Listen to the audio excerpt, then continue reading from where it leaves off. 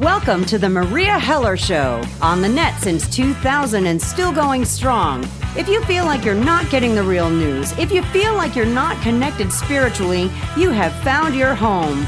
Meria covers a wide range of topics as only a snarky New Yorker can. Straight up, no chaser. No censorship, no corporate sponsors, thus true freedom of speech. Your subscription gives you unlimited access as a member of the smartest audience on earth. Relax and enjoy the education. Now here's Meria. Good morning, world. Meria here, alive and kicking. Welcome to Hell and High Water with my co-host, my friend, my adopted son, Chuck Ochelli. If you're not familiar with Chuck's work or you're new to the show, get over to Ochelli.com. There's a live link right here and check out Chuck's work as well. Good morning, Chuck. Good morning, Mom. It is a strange morning indeed, but you know, I think I say that every time I sit down with you. So, should we dispense with the biggest story, you think? First, I think we should. I don't even know which one you would say is the biggest story. It's like every day, it's like another nightmare. But I did want to start out with this, which of course it'll be a surprise. I think the last time I called into your show, well, we might have said it on my show. It's hard to remember anymore. That perhaps you and I should do 2 shows together a month because there's so much news that we can't even get to it. So I wanted to put that out to the listenership. If you guys would like to see Chuck and I together twice a month, and that's okay with you, Chuck, just send me an email and let me know. How's that? That's my starter. Absolutely. Sounds good to me. I would be more than happy. And this way, we wouldn't have to jam everything into the 1 hour, you know. I know. I remember when I used to be able to have a conversation with somebody on one topic. But those days are like over. So it's listen, we live in a crazy world. I woke up this morning, I'm checking the news, I go to flip some stuff over to Twitter, and I find out my account's suspended. And they always let you know what you posted to why you were suspended. And I for sure thought it was some of the more horrific things I posted. But it was a comment I made on Trump giving Tiger Woods the Medal of Freedom. And I wrote from one whore master to another, and that's what I got suspended for. Meanwhile, Trump is threatening Ilhan Omar's life every day on Twitter, and he never loses his account. Well, threatening Ilhan Omar's life, I mean, you have his son saying ridiculous things on Twitter continuously, not getting a ban, even though they keep crying, oh, they banned conservatives, Meria. Don't you know that they ban right-wing people from... Really, where? That's what I say, right? I mean, what are they going to do? When are they going to get Trump off Twitter? I mean, this guy's out of control. He's nothing but threats. He instills violence, incites violence, doesn't talk about it. And he doesn't, I'm sure, get any, your account's going to be suspended, although people realize that he's what draws a lot of people to Twitter. Yeah, I think that's the thing is that, look, Twitter couldn't possibly ban him. Even if he goes to prison, somebody's going to hand him a phone, which I doubt he'll ever go. But let's just say he did. I think they would still let him tweet once a day because Twitter would pay somebody off to keep him on there. It's part of the business model, which is exactly why the MSM continues to run with every time this guy breaks wind. Exactly, right? And they're just as guilty. They wanted their ratings when he was running for office, so they covered all his ridiculousness, and they still do. It's the topic of the day when I get to the gym and I put the TV on. All they talk about is Trump, and I look at that, and I've said that to some of the people in the gym. I says, is there no other news happening in the world that we have to look at this guy 24/7? Well, what did P.T. Barnum say, right? It's just, it doesn't even matter, too. That's the thing. Scandal, is he laundering money? Is he actually rich, or is he just faking it? Is his hair fake? It doesn't matter. Cover him all day long because that's how they keep him in your face. You don't think of anybody else in the field of losers they're producing on the other side. I swear to you, it just looks like a perfect setup to hand it back to him in 2020. At least give him the excuse during the selection process. Well, what'd you think about that one Republican that announced he's going to run on against Trump on the ticket? Well, just like with every good wrestling match and every script that's written for the WWE, right? And by the way, the WWE, interesting organization. You ought to look into their business practices and exactly what happens to the individuals that you think are making bank on being famous wrestlers. But anyway, the truth about this is that you need a heel for the script. So you need a bad guy for the Trump supporters to turn on and to act like he's a legitimate conservative. I'm the old school guy. I'm going to try and fix this. Kind of like Biden is coming out and being, look, I'm not a socialist. I'm just, friendly old Uncle Joe. Right. Right. Coming out. You need these guys. There's roles to fill. It's a script, Meria. Well, I know. It's theater, and it's always bad theater. But you know what? The other day when I just happened, I timed it just right at the gym because I don't have TV at home, to see the announcement by Pete Buttigieg. And I got so involved listening to him and watching him and reading his body language that I ended up watching the whole thing, even though I was already done with my hour of cardio. So my legs are so tight today, I can't even tell you. I have had to schedule a massage. But watching him and listening to him, I have to tell you that I really liked everything he had to say. The only issue I have with him, like all of the members of Congress, is, he's okay with what's going on in Israel. Yeah, that's the thing is that, this guy is, he looks, again, look, they're getting a little better at this, Meria. You got to admit, it's not just Hollywood for ugly people, DC anymore. They do package somebody pretty well every now and then, but at the same time, if you think this is going to be some sort of change and hope for that change, doesn't that sound familiar? The reality is that this guy is once again going to sign off on everything the military-industrial complex tells him to sign off on. He's going to go in for the genocide that's occurring in Palestine. Let's get accurate about it. This is what's happening. Well, there's a lot of things about him I like. I like the fact he's only 37, which I can't believe is younger than my kids. I like the fact that he's openly gay. I like the fact that he's taken on Pence for his religious hypocrisy. The guy does speak 6 or 7 languages. He served 3 tours. There's a lot of good about this guy. And the best thing, I think, is that he's young. And I saw an article this morning that said millennials now outnumber the baby boomers. And they have 0 representation in this government. Well, this is true, but no offense. Here's what's happening. People in your age group and older, Meria, right. They don't take care of themselves as well as you. They're departing, okay?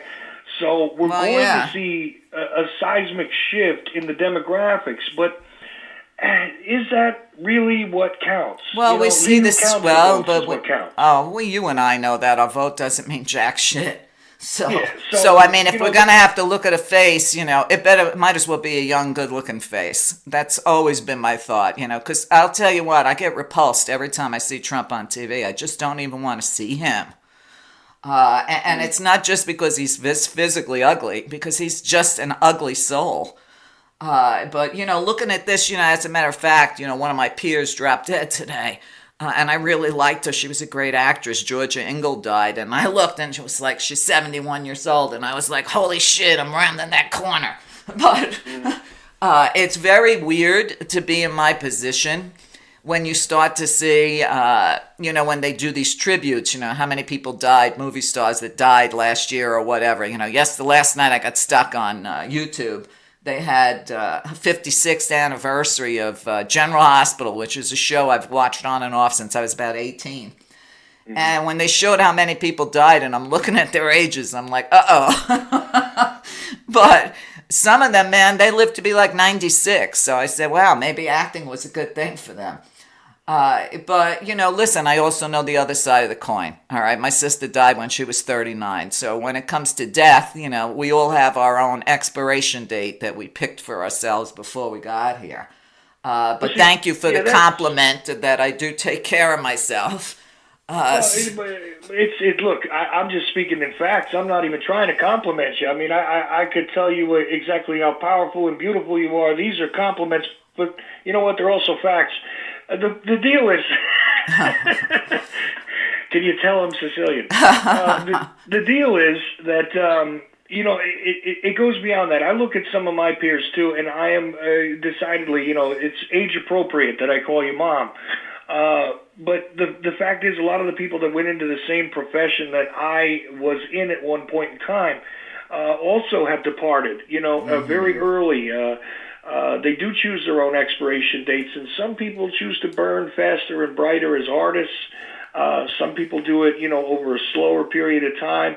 But it's all relative, Well, listen, the reality is with the debate over the millennials versus, because they've also redefined millennials, don't forget, to include, people across, I don't know, a 30-year span now. It's kind of crazy to think about the fact that that generation needs to take hold of its power, needs to appear to, but I don't know if a guy like Buttigieg is going to be their conduit. I really do feel Well, I'm like not saying he's their hero. What I'm saying is more relatable for them. It's the latest reports I've been getting is young people turning away from religion. The amount of Americans now that claim no religion is equal to the amount of Americans that claim to be Christian, 23%. Also, the millennials and their economic status, where they realize they're already not part of the middle class. They don't have the opportunities their parents had. So they really need a forward-thinking person, somebody young to say, we give a shit about the environment, okay? And I'm not talking about climate change there. I'm talking about the environment, okay? I saw an article this morning that the plastic trash in the ocean has tripled since the 1960s. Oh, yeah. So... Well, this is their world, Listen, I started out my spiritual teaching in the medicine wheel by adopting the Native American philosophy that everything you do needs to take into consideration the next 7 generations. There's none of that showing, and I don't care, which party. They talk, but nothing's getting done. Sort of like some of the environmental groups I used to be a part of till I realized they were all talk and no action. Right. Right. Well, it's interesting you bring up religion because this transitions directly into something I want to talk about. But before we go there, about this plastic thing, I think a missed part of the equation for a lot of people that realize that what you're saying is absolutely correct is that this is, again, a byproduct of the oil and gas world we live in, right? You take a look at, the behavior of the Trump presidency. What is the codifying reality here when it comes to their corporatization?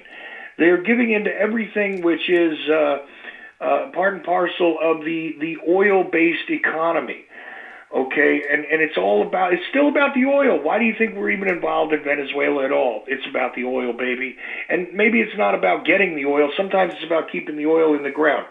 But why is plastic related to oil? Because it's a petrochemical product. It is created from oil. Right. So, it's not just the gasoline in your car. It's not just what you use to heat your house. It's what you're carrying your groceries in, even if you're buying organic. It's what you're, I don't. Right. I generally get the bags, I reuse them. And this kind of thing, I do a lot of stuff like that to try and minimize. Listen, I've done that for decades, okay? I've got my own little burlap bags I take to the store. And I remember my sister who was visiting once, who's, she's got money, so she doesn't care about much stuff like that. She said to me, "You live like a European." And I said to her, "And you say it like it's something bad." Okay. Yeah, well.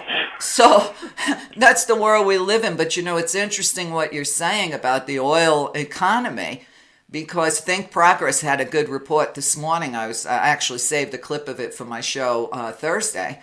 Republicans push anti-wind bills in several states as renewables grow increasingly popular. And don't forget, now you can get brain cancer from a windmill.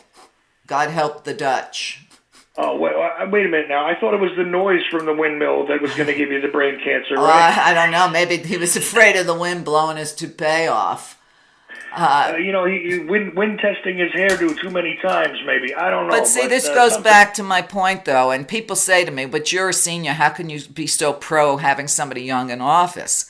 All these old people in office, and Trump is not only old but senile, they don't care because they're going to drop dead soon. So they don't care about the future. They don't even care about their own grandchildren's future. It's all about the almighty dollar. And that's the way it goes. So, unless we get some major miracle or change, I can tell you the human race doesn't have long to go. I keep telling people the coral reef is dying, the plastic islands are growing, the fish are dying, the waters, the ice caps melting, changing the pH of the ocean. When the ocean dies, humans die. I don't know how people can't make that connection. And indeed, the oceans are dying as we speak. Exactly. Again, if it's not radiation, it's plastic, and if it's not plastic, it's oil, which is, again, the same thing. Exactly. And the disposable nature of plastic products. I mean, just think about this. I mean, again, when I was a kid still, there wasn't even water in bottles that people sold, right? This was... Nobody sold water, right? Yeah, it kind of emerged at one point, and so even people that want to drink water, you're still using a plastic bottle. Well, I don't, and I refuse to. And as a matter of fact, I threw away all my plastic saver containers, like those kind of, things you buy to save your food in. Because it's dangerous to put your food in there. But I made the investment and bought all glass. And now my granddaughter is setting up house with her boyfriend. And I said to her, save all your empty jars. They're the best things you can store your food in. Just use glass. I remember back in the day, believe it or not, Chuck, we used to have milkmen and soda men that used to come to your house and deliver your milk or deliver your soda, which there were like 3 flavors of soda in those days. And they were all in glass bottles, and then they came and picked up the empties and used them again. So we were more environmentally conscious 50 years ago than we are now. Yeah, and that's an interesting point as well. No, I reuse any glass that I can. Obviously the cans, you still got to watch out. I mean, there's still plastic involved in some of this stuff too, but the fact is that it's already safe for use with food. Exactly. and most glass is a lot more healthy than any of the plastic products. But generally speaking, Maria, you got to also recognize that you're in the minority. Well, but I'm teaching my children. I'm teaching my grandchildren. Listen, change starts one person at a time. You're never going to convince everybody, but, it's like that 100 monkey thing. Eventually everybody seems to get it. Let's hope they get it in time because, listen, I've lived a long time and I've been fighting for the environment long before I did radio. Right. And, it kind of discourages me when I see that, Jesus, is the work of my past 40 years been for nothing, but we're all responsible to answer for our own souls when we leave here. So the people that say, well, I'm not doing anything wrong. Yeah, but you didn't do anything right either. So, your past life review is going to be pretty intense. That's the way I see it. I want to leave here as clean as a whistle so I never have to come back. Well, exactly. And look, life in this particular shell, on this particular plane of existence, it may be temporary, but energy is never disposed of. So here's the thing. In a roundabout way, you got to remember you always have to live with what it is that you have chosen. And it doesn't necessarily mean in this life, Right. And that is the thing that needs to be remembered. And I'm not even talking about the concept of Christian judgment and all that. I'm just saying that you will carry it with you one way or another. Oh, absolutely. And anybody that knows the work of Michael Rekia, as I know my audience does, knows that what we're talking about is correct. This morning, I think it was yesterday, I started seeing that Michelle Bachmann, who's as loony as a loony can get, said that Trump is the most biblical person we've ever had as president. And I'm looking at that and saying, well, okay, which devil in the Bible would she compare him to? Yeah, which stage of the Antichrist are we talking about? Right. Because... and Trump is complaining that they want to audit they want to see his tax returns, and they're picking on him because he's a Christian. Yeah. Well, I mean, if that's what their interpretation of Christian is, man, those people better kiss their souls goodbye. This is true, and I know we're probably getting to that point where you're about to take a break, but the thing is, we're going to need to talk a little bit about Christendom a bit, because the reactions from some of the latest headlines and my take on this, I want to run it by you. I'm sure you're talking about Notre Dame. Oh yes, well, there's that, but a greater context needs to be had here. And I want to get into that with you after the break. Well, we got time. We're 10 minutes away from the break, so we can get into it now. Okay, well then let's start it. The fact is that we need to put this in a greater context. Right now, as we speak, there are rumblings from New York about exactly what's going on with the Jehovah's Witnesses. There are the continuous and seemingly unending scandals coming out of the Catholic Church about sex abuse, right? Right. In the past few days even, you had Pope Benedict. I was stunned by that, by the way. Pope Benedict issuing a statement, the guy who resigned as Pope, which had never been seen before, regarding, who to blame for the sex abuse scandals, right? You have Pope Francis making a statement not too long ago regarding how, we realize we're going to have to discuss this at our next conclave or whatever it is they call it, but nothing's going to get done. Right. And then you see this burning of the iconic building there in France. Now, a lot of people are talking about how this is, earth-shattering, and this is, moves the entire world, and even if you're not a Christian, I got to tell you something. I can't read it that way. First of all, the only comment I made on my own show about it last night was basically that it just made sense, and that's all I had to say about it. But a couple of things about that. First of all, what is not in the equation is that over $1 billion has already been raised. I promise you. It may not be publicly announced, but I guarantee $1 billion has now come into the much hurting coffers of the Catholic Church. Oh, yeah. Salma Hayek said she already donated $1 million to help restore the building. Well, right, and we know that there's a couple of prominent French people that have pledged over $100 million apiece. I'm telling you, $1 billion as I speak has already been raised one way or another. The private citizens have already thrown in money in some way or other. So I guarantee you that this is a great fundraiser for the Catholic Church. A lot of people will not recognize it as such to begin with. Secondly, the building falling in the way that it did, I got to tell you, taking a look at the footage. Now, I'm not screaming, conspiracy here. What I am telling you is that, because some people are already out there, the Illuminati is trying to destroy Christendom, I thought Steve Bannon wanted to destroy the Catholic Church, so people want to know if Steve Bannon was behind it. Yeah, okay. But to me, that's a bunch of silliness, and I'll tell you why. The Roman Catholic Church, in my mind, is not in opposition to these people. It's like they don't understand who the enemy of whose enemy is. This is a calculated move. Even the way it fell and everything else, if you take a look at the rubble, I watched when I was a kid some of these older buildings being taken down in New Jersey and in New York. Mm-hmm. And they didn't always do it with explosives. They used to do controlled burns to take out certain buildings because that's all you needed, given the construction materials that were utilized to put them up in the first place. So it looked to me like it was pretty well controlled. I know it took several hours to put out and all that, and that's the headlines, but that's what they told you. I think if you put this in context with what's actually happening with the Catholic Church, people abandoning and not making the donations they were making, I think if you put that in context with needing a distraction, a literal wag the dog scenario to get people away from yet some more revelations that are probably about to drop regarding even more sex scandals and other things with the Catholic Church, I think if you put that all in context with the following thing, which is really remarkable in my mind. You see, this is going to sound crazy, but you have a multifaceted useful event here.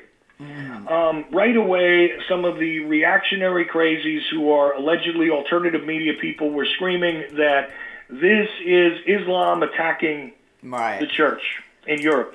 You have the yellow vest thing that has been going on, and the fact that the people in France were standing up to their government.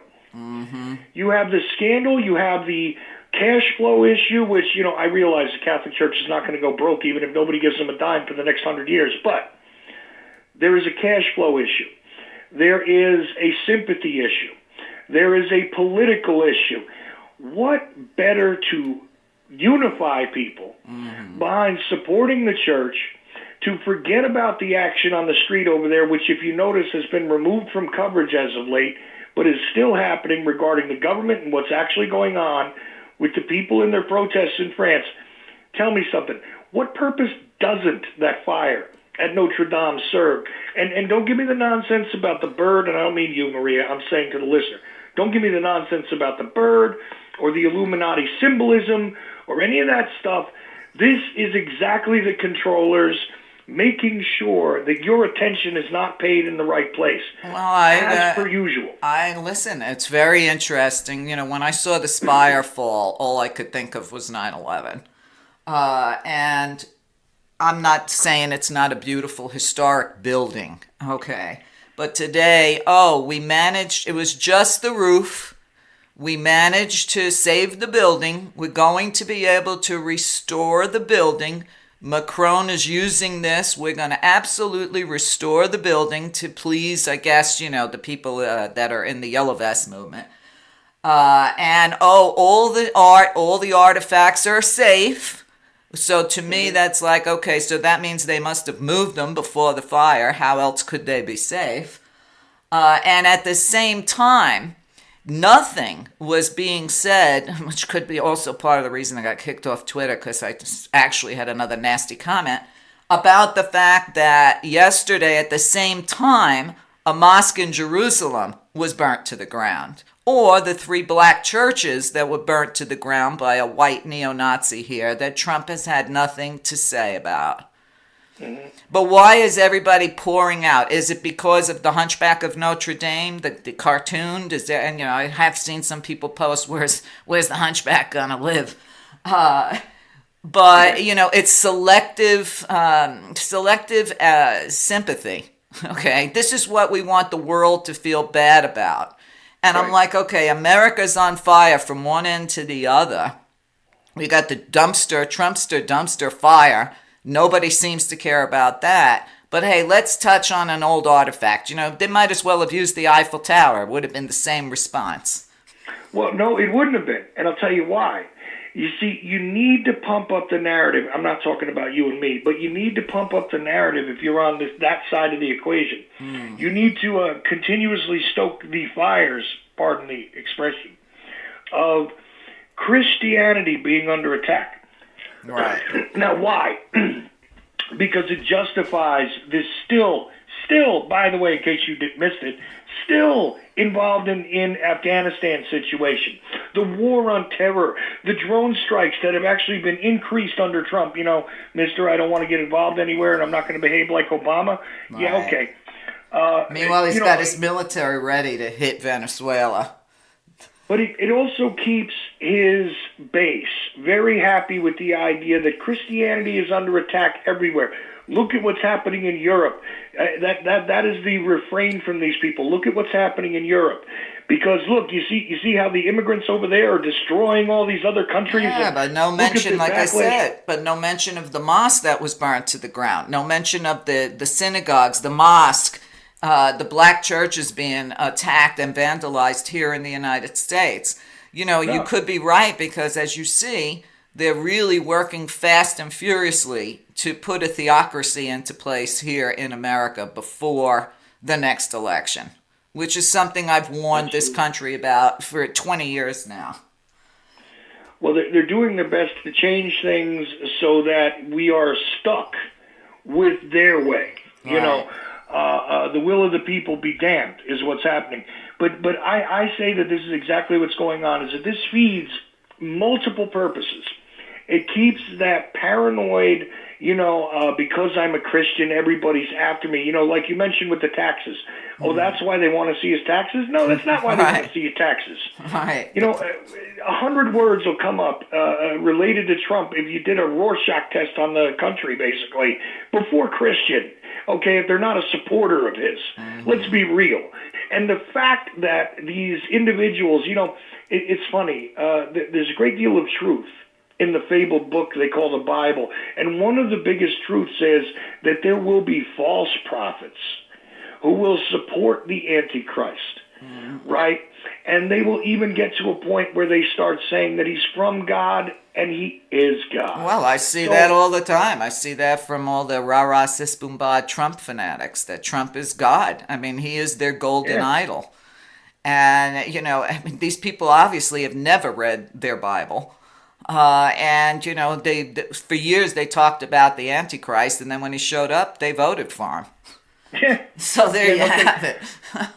Anyway, Chuck. What it is? They changed gold to orange, and everybody, orange is the new gold. Orange is the new black, right? Chuck, we need to take a short break. Stay with us. We'll be right back. Our founders said that it is our duty as a free republic to be an informed citizen. To that end, Meria works tirelessly to inform you about all that is going on in the world and what you can do about it. She has never sold out or bought into the system. She's here just like the rest of you, trying to figure things out. Thus, there is no corporate control of her work, just you, the subscriber. Meria offers many options to subscribe, and all are free to choose the senior plan if your budget cannot afford the others. We're the ones we've been waiting for, so don't wait any longer. Subscribe today at meria.net.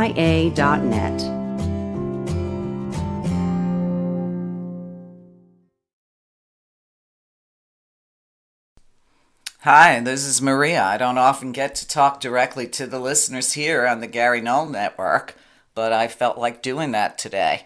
I know a lot of you really enjoy my show, but you might not know that I do 4 shows a week over at my website, meria.net. So if you're loving the show you get to hear on Sunday, come on over to my site and subscribe, because I've got hundreds of hours of great shows on pretty much every topic in the universe. And that again is meria.net, meria.net. And now we can get back to this excellent show. Thanks. Okay, welcome back to Hell and High Water, and I want to thank my listeners who are always on their toes. I think it was Janice this morning who sent me a great article on the astrology and how it fit in with the burning of Notre Dame. A lot of people are saying this is the month of sacrifices and putting out big lists of horrific events that have happened in April. And of course, you got Easter, I think isn't that this weekend? Easter is Sunday, and that was the ultimate sacrifice to the Christians. So it's kind of symbolic in another way. Who knows who or what started it? For all we know, the construction workers could have blown a fuse. It's too soon. Of course, I'm going to keep watching it because, as we've already discussed, there's a lot of irregularities here and a lot of who benefits. But, you got to look at it, maybe indeed this was another one of those satanic dates that people decided to choose to make another sacrifice. I mean, there's just so much coming out on this. It's like, oh God, I just woke up. Bad enough I'm banned on Twitter and I'm getting hammered with all this information about Notre Dame. But either way, Trump had the answer. The answer for Trump was insult the firemen, tell them to have flying water tankers ready, which of course would have collapsed the building. No condolences from Trump. And then in the same tweet, he bragged about how well America's been doing the past 2.5 years. Well, every opportunity to do that and scream the word witch hunt, I mean, this is the guy. I mean, everybody else, Obama, Hillary, the people running for office, everybody put out, the fake platitudes, we feel bad, blah, blah, blah, condolences. Everybody except the embarrassment at 1600 Pennsylvania Avenue. You know what I've always found remarkable about this season, and this is a general sort of astrological statement that I've never been able to exactly square properly in my mind. the sun, if you will, goes to the Southern Cross in the sky. December 21st. It goes there a season before the crucifixion is noted, right? Biblically, supposedly. And I wonder about that because this is a time of rebirth. This is spring, in the Northern Hemisphere, right? This is an interesting time period to begin with. It kind of amazes me that they have placed the solar Messiah on the calendar a season after the sun would have literally rested on the Southern Cross. What are your thoughts about that? And do you think it's a part of the equation here?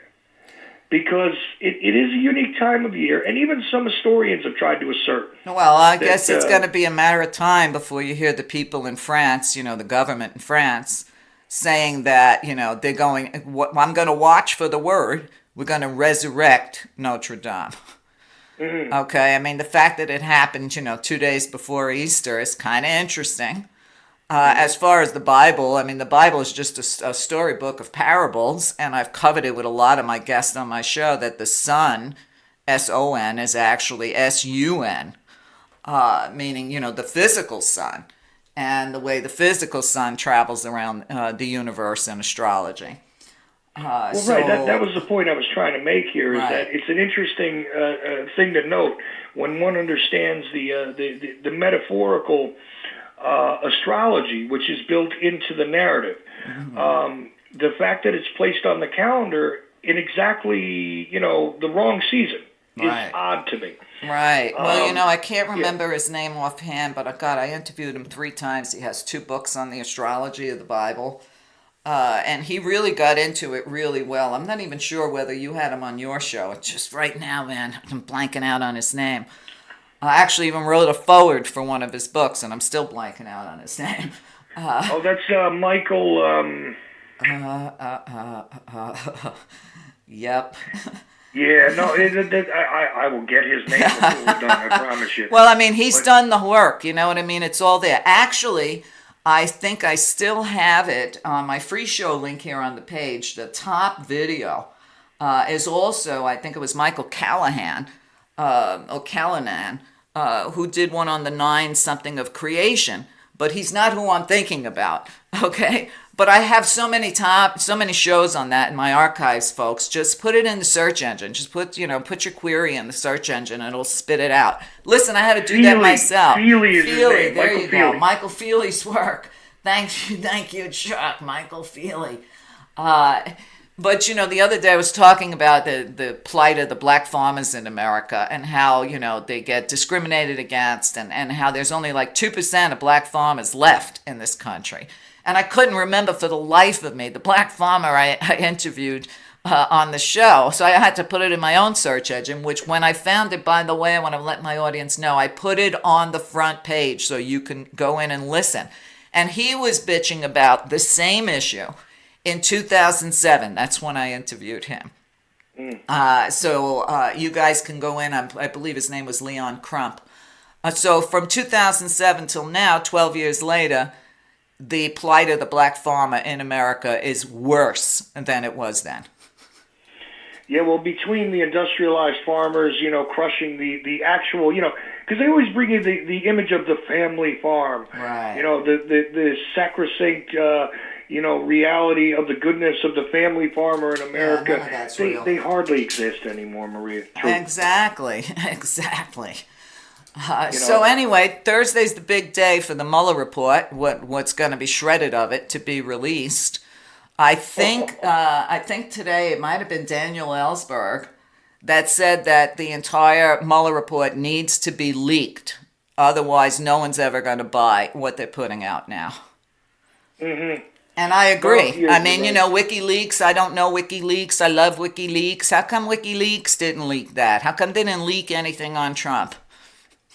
Yeah, you wonder about that while Assange is taken into custody, which is another thing that I object to, by the way, is these people screaming, well, what about his First Amendment rights? Well, first of all, I thought he was Australian, which means, check their constitution for their First Amendment rights, please.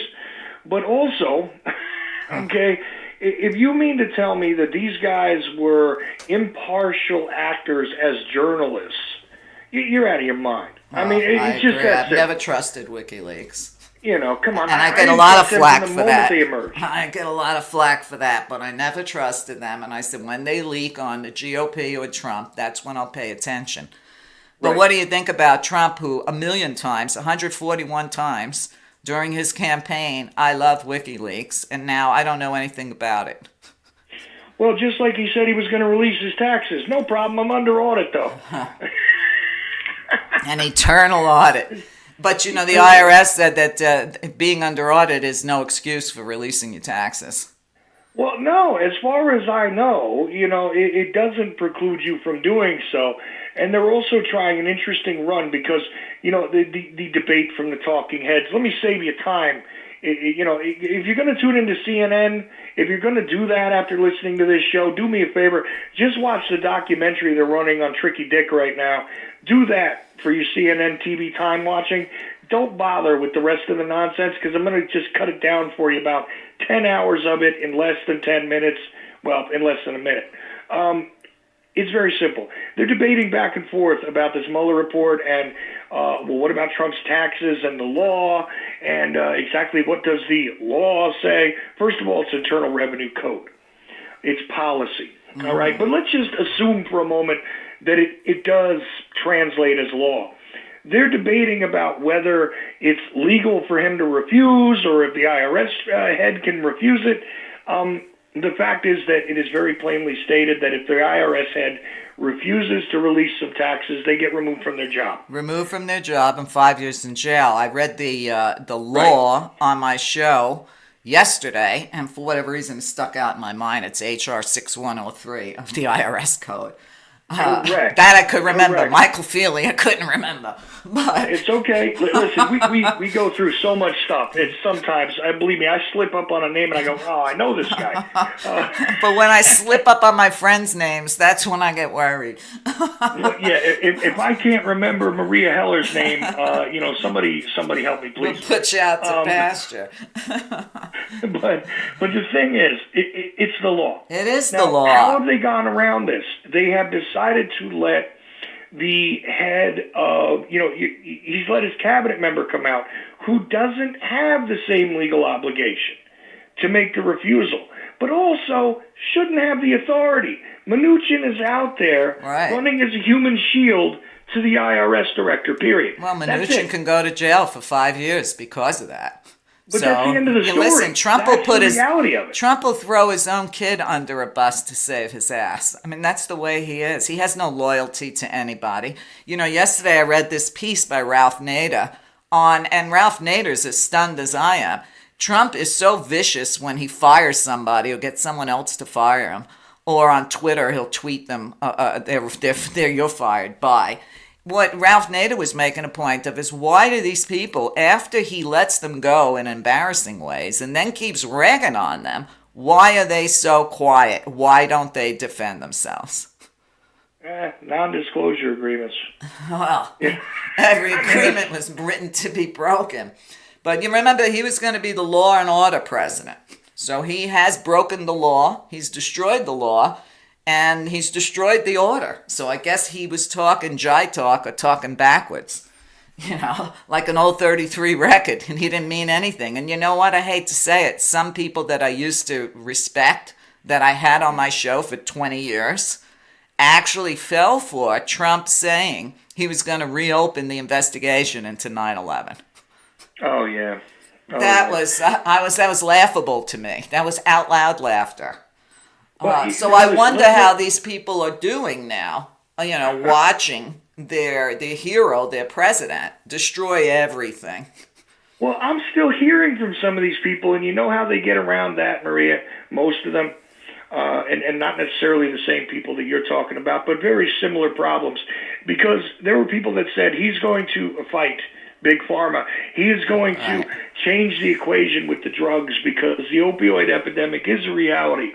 it's a popular trope, but it's a reality. He's going to fight the vaccine kosher. Yeah. He's going to take on that. He's going to show us the truth about 9/11. He's going to release the Kennedy documents without holding anything back. Oh, yeah. He's going to. All these things he's going to do. And when he doesn't do it. I know. Well, then what do? They make excuses for him. Listen, just this morning, because I'm still on Facebook, I'm wondering why I haven't been kicked off Facebook for almost 2 months now. I posted this article. Pfizer CEO gets a 61% pay raise to $27.9 million as drug prices continue to climb. But Trump tells his cult that the prices are coming down, and they just believe him at face value. They don't even look to see that the prices are going up. You know what I mean? I love it too, because the tax cut that was going to benefit everybody. Yeah. Since it is April 16th, did you pay your protection money yet, Maria? Anyway, sorry. I'm a neurotic. I have that done by February. Yeah, of course, but just saying, you got to pay your protection money. Well, I don't know. I didn't get my $4,000 check. Remember, we were all going to get a $4,000 check. Did you get yours? No, see, that's the thing. Is that reports from real people all over the country are telling me, gee, it's funny, I thought I was supposed to get more money, I'm getting less. It's funny, my taxes went up in my state. Gee, it's funny, all these taxes went up on these, people that are actually working for a living. But billionaires, the job creators, they got a break. The Trump tax cut that everybody said is stimulating the economy. Yeah. For who?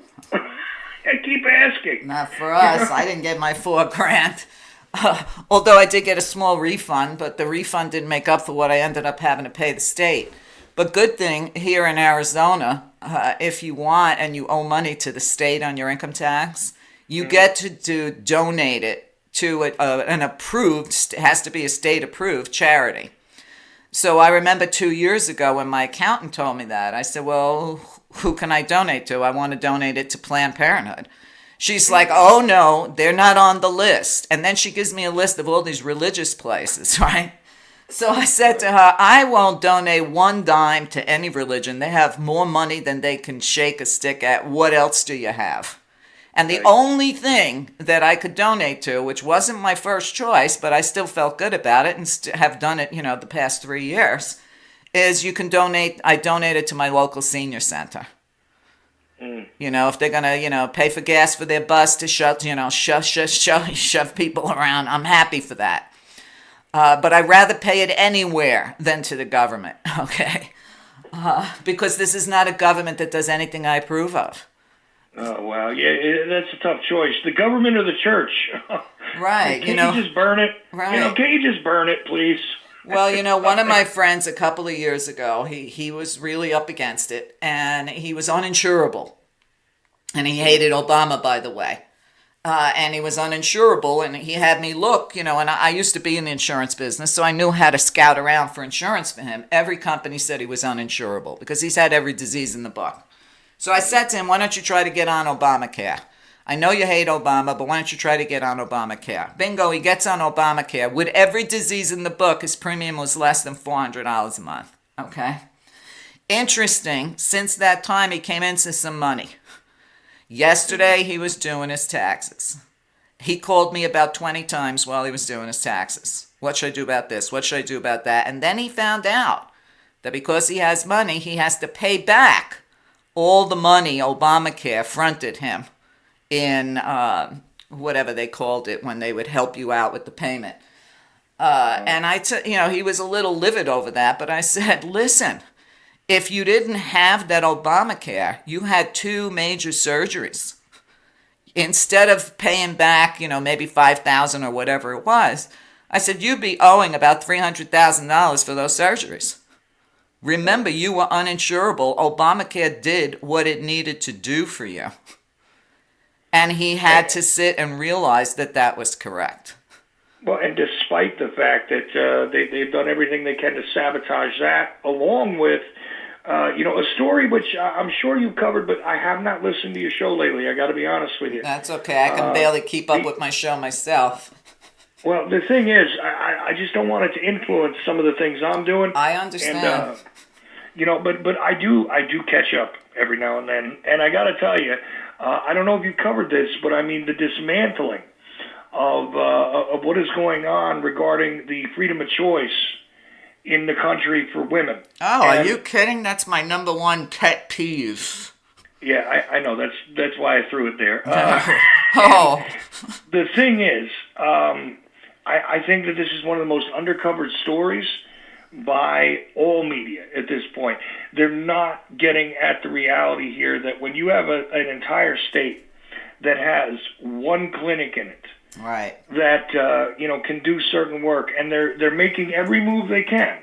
Because remember, that was, big headlines. I know it gets lost. Right, but this is their way of, they can't kill Roe versus Wade, so what they'll do is just kill your rights to abortion on other levels. But I think it was the state of Illinois that said, especially with this bullshit out of Texas that they tried to do, and the fetal heartbeat bullshit in Ohio, I think it was Illinois that said, any women in those states, come here, we'll give you a free abortion. I didn't see that. Wow. I did not see that. Well, hey, you gotta listen to my show, Chuck. Only kidding. Only kidding. I gotta go over to your site more often and listen. Then you got that champion women's group that goes around on an ocean liner to different countries, handing out birth control to women and performing abortions. And they said they're willing to help American women too. This is what we're coming to under their fake theocracy, where they supposedly give a crap about the fetus because they never read their Bible. And once that child is born, they'll cage it, rape it, drug it, and starve it. Mm. And the thing is, though, forgotten in this equation, though, quite often, and I know that you probably mention this all the time, is that, it's not just about the abortion, because a lot of people find that subject uncomfortable or questionable. It's about power. I figure I don't have that much of a right to make a statement about it, but I got to tell you, the whole thing makes me uncomfortable. It's not something I'm entirely comfortable with because, it's a difficult thing to deal with, period. But the reality is that these places and this access to a lot of other health care, it's not just about birth control, although birth control is helpful. Right.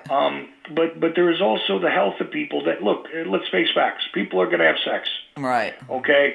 And they should. Right. And if you want to have sex for fun, there's nothing wrong with that, even though Ted Cruz thinks even masturbating is something wrong with that. Yeah, well, maybe that's why he looks like he does. Maybe he does. Maybe he should masturbate a little more often. But look, all these things are healthy and normal functions of the creature that you are inhabiting, okay? It's just that simple. But the health of many a woman is now being restricted because of their lack of access to, if you can't get it through your insurance and, your Christian boss doesn't want to supply it, and so on and so forth. You need access to it somewhere. We're talking about, diseases. We're talking about, other things that are going on where some advice might need to be had. There is a good function. It's all about it's all about the patriarchy. It's all about keeping women in their place and power over women. They want to punish a woman with a felony and put her in jail for having an abortion. Well, what about the man that got her pregnant? Okay, she didn't get pregnant by herself. But like I've been saying since I was 20, a guy zippers his pants and walks away. And it's the woman that's stuck and the woman that has to make that decision. And that's not something that should be determined by our government. Not at all. But they want to keep women down just like Trump wants to keep attacking the women in Congress. People don't realize for a whoremaster and a pimp, when you look at how Trump treats women, you can see that he truly hates women. And to him, they're just a piece of meat. So this is what we have. And, everybody can watch that old movie with Michael Caine, Cider House Rules. Women will always have abortions. It's a question of safe abortions. But on the flip side of that, Chuck, which I covered on the show a couple of days ago, more women in America now die giving birth than ever before. That's how bad our treatment is for pregnant women. Okay? So you have a much bigger risk of dying if you're pregnant than if you have an abortion. Because nobody really gives a crap about you in this country, and people still don't get that. Well, not unless you have the cash for the connection and you can buy what you need to buy. Hey, listen, You know, in 1967, I don't think you were born, Chuck. In 1967, I was working for this big firm in Manhattan. Now, you got to get, Roe versus Wade was not passed till 1973. All the rich women I worked with, they had abortions to beat the band right at the best, most expensive hospitals in Manhattan when it was illegal because they had the money. They were able to go to France in 1967 and get the morning after pill. Mm-hmm. Okay. Here we are in 2019 and American women are still going through this crap because they're not rich. But I saw it with my own eyes, Chuck. You know, I heard all their stories. Okay. And I was a very impressionable 18-year-old person. And I was like, wow, you what? I didn't even know what an abortion was at that point. Okay. And they bragged about it like it was, you know, a new pin on their shirt. And, you know, the rich, like I've always said, I learned it at a very young age. The rich have their own set of laws in their own life, just like these parents paying to get their kids in college. That's the way they roll. You know what I'm saying? So exactly. It needs to be, it needs to always be a woman's choice. And believe it or not, I only had one abortion in my life. And because my husband was adamant about not having that child. He wanted it more than I did. And I was like, okay, I got 2 kids. If you don't want this and you're not going to resent it and whatnot, you know, we talked about it for a long time. But he was the one that didn't want it, okay? You don't see those stories in the news or in the papers. Nobody talks about that. So today, when people can't even afford their rent, how are they going to afford raising a child that's going to cost them $250,000 by the time that kid's 20 years old? I don't have that money, do you? No, and I'm trying to do it now. It's hard. I know it's hard. And it is not easy. And that's the thing, is that there is no easy choices when it comes to It was not an easy choice, but it was a choice. Listen, we were legally married. I loved him. He loved me. We had 2 kids. And it was something that I felt was our decision together. But I'm not going to put that on another woman who feels it's her right to do it on her own. You know, every case is individual. That's the thing. Every case is individual, and I believe that you know, your right to make that decision supersedes all of the consideration and all of the debate.